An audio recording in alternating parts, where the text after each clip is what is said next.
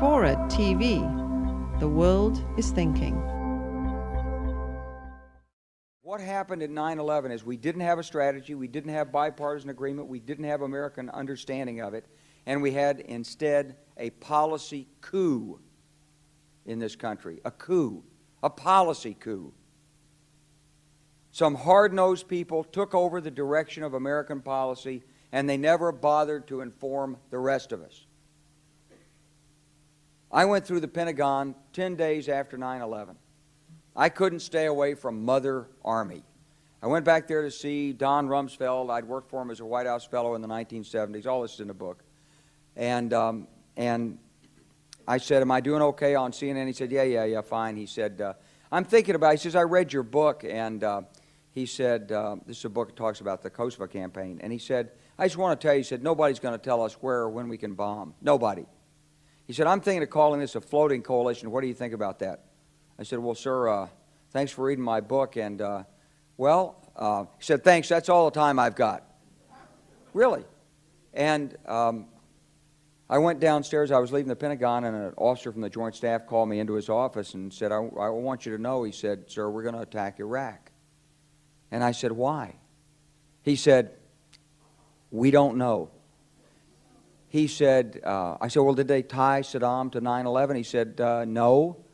He said, but I guess they don't know what to do about terrorism, and so they think, but they can attack states, and they want to look strong, and so I guess they think if they take down a state, it will intimidate the terrorists. And you know, it's like that old saying, he said, if the only tool you have is a hammer, then every problem has to be a nail. Well, I walked out of there pretty upset, and then we attacked Afghanistan. I was pretty happy about that. We should have.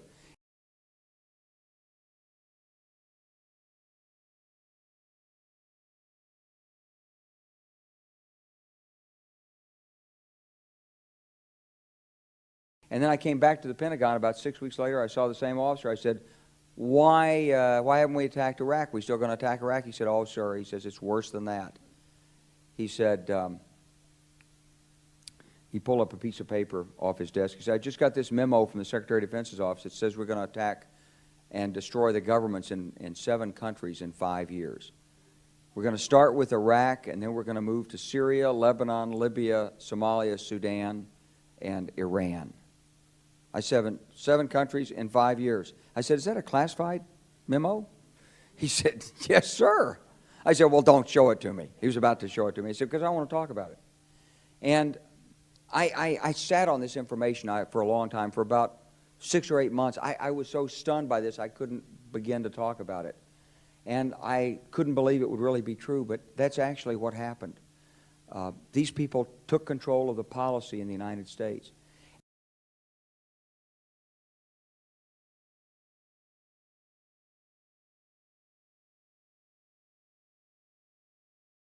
And I realized then, it came back to me, a 1991 meeting I had with Paul Wolfowitz. You know, in 2001 he was Deputy Secretary of Defense, but in 1991 he was the Undersecretary of Defense for Policy. It's the number 3 position in the Pentagon. And I had gone to see him when I was a 1-star general. I was commanding the National Training Center.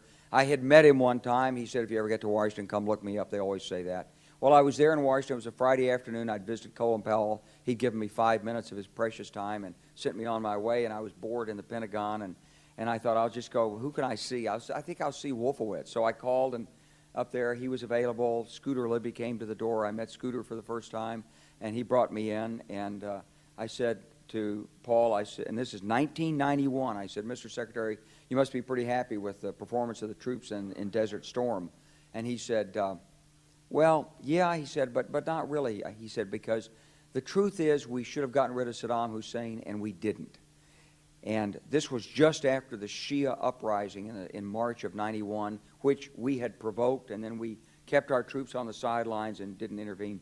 And he said, but one thing we did learn, he said, we learned that we can use our military in the region, in the Middle East, and the Soviets won't stop us.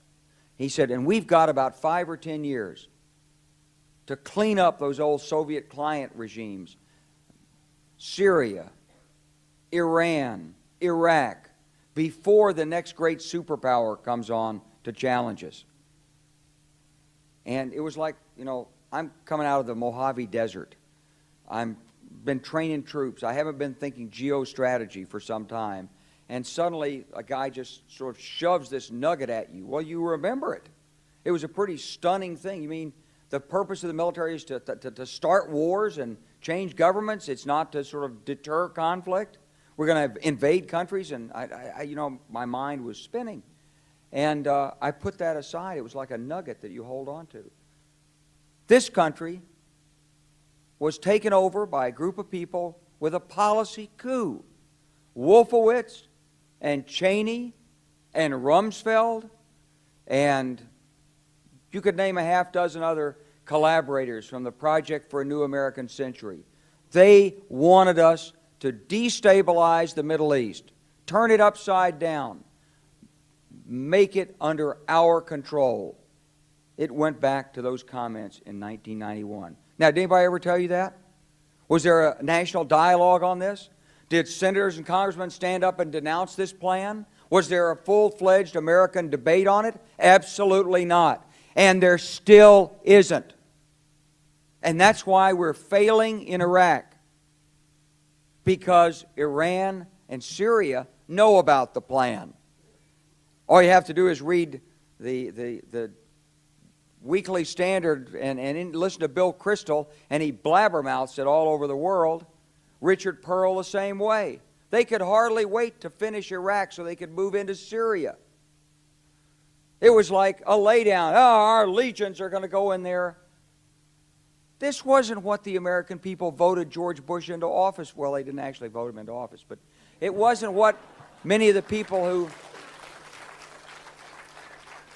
It wasn't what he campaigned on. He campaigned on a humble foreign policy, the most arrogant foreign policy in American history. He campaigned on no peacekeeping, no nation building, and here he is with Afghanistan and Iraq. It's astonishing. So the root of the problem is not how many troops are in Iraq. Please believe me.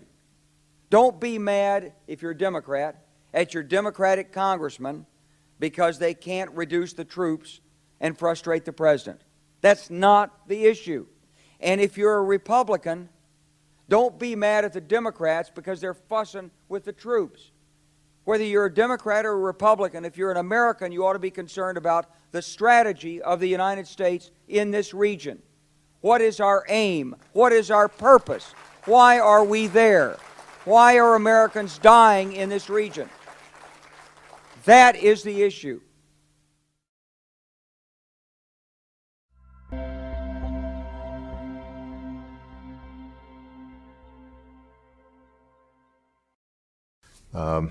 If we were just resorting to that and we didn't have a realistic view that there are bad people out there who are trying to do us harm, and we've got to have the strongest military in the world, and we occasionally have to twist the arms of countries that wouldn't do what we need them to do if it weren't for, you know, the various economic or diplomatic or in some cases military leverage that we had. You know, if we didn't have that dose of realism, we wouldn't get anything done either. So what I do think is accurate in describing my foreign policy is a strong belief that we don't have military solutions to every problem in the 21st century. We don't have a peer in terms of a state that's going to attack us, invade us. You know, the closest we have obviously is Russia with its nuclear arsenal, but generally speaking, they can't project the way we can around the world. China can't either. We spend more on our military than the next 10 countries combined. You know, the biggest challenge that we have right now is disorder, failed states. My name is Nick Brand. I'm the Director of Corporate Programs at the Chicago Council on Global Affairs, and thank you all for joining us this evening. I'd like to take this opportunity to welcome George Friedman to the Chicago Council. I believe it's his first time here, so thank you so much for being with us. The United States has a fundamental interest. It controls all the oceans of the world. No power has ever done that. Because of that, we get to invade people and they don't get to invade us. It's a very nice thing. Maintaining control of the sea and control of space is the foundation of our power. The best way to defeat an enemy fleet is to not let it be built. The way the British managed to make certain that no European power could build a fleet was to make sure the Europeans were at each other's throats. The policy that I would recommend is the one that Ronald Reagan adopted toward Iran and Iraq. He funded both sides so they would fight each other and not fight us. This was cynical. It was certainly not moral. It worked. And this is the point. The United States cannot occupy Eurasia. The moment the first boot sets the ground, the demographic differential is we are totally outnumbered. We can defeat an army. We cannot occupy Iraq. The idea that 130,000 men would occupy a country of 25 million, well, the ratio in New York of cops to citizens was greater than we had deployed in Iraq. So we don't have the ability to go across, but we do have the ability to first support various contending powers so they concentrate in themselves with political support, some economic support, military support, advisors, and in extremis do what we did in Japan, in Vietnam, in Iraq, and in Afghanistan, spoiling attacks. The spoiling attack is not intended to defeat the enemy. It's intended to throw him off balance. What we did in each of these wars, in Afghanistan, for example, is we threw Al-Qaeda off balance. The problem we have, since we're young and stupid, is that having thrown them off balance, instead of saying, okay, job well done, let's go home, we said, well, that was easy. Why don't we build a democracy here? This was the moment of dementia that came in. The answer, therefore, is the United States cannot constantly be intervening throughout Eurasia. It must be selectively intervening and very rarely. That is the extreme moment. We cannot, as the first step, send American troops. And when we send American troops, we have to clearly understand what the mission is, limit it to that, and not develop all sorts of psychotic fantasies. So hopefully we've learned that this time. It takes a while for kids to learn lessons. But I think you're absolutely right. We cannot, as an empire, do that. Britain didn't occupy India. It took various Indian states and turned them against each other and provided some British officers for an Indian army. The Romans did not send vast armies out there. It placed kings like, various kings it created under the emperor, and those kings were responsible for maintaining the peace. Pontius Pilate was an example. So empires that are directly governed by the empire, like the Nazi Empire, fail. No one has that much power.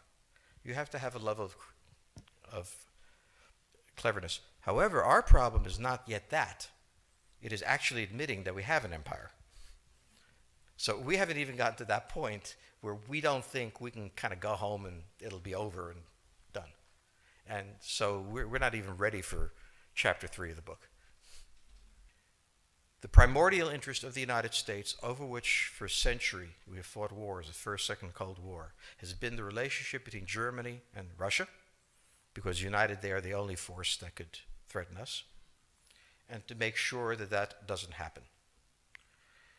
For the United States, the primordial fear is Russian capital, Russian technology, German technology and German capital, Russian natural resources, Russian manpower, as the only combination that has for centuries scared the hell out of the United States. So how does this play out? Well, the U.S. has already put its cards on the table. It is the line from the Baltics to the Black Sea.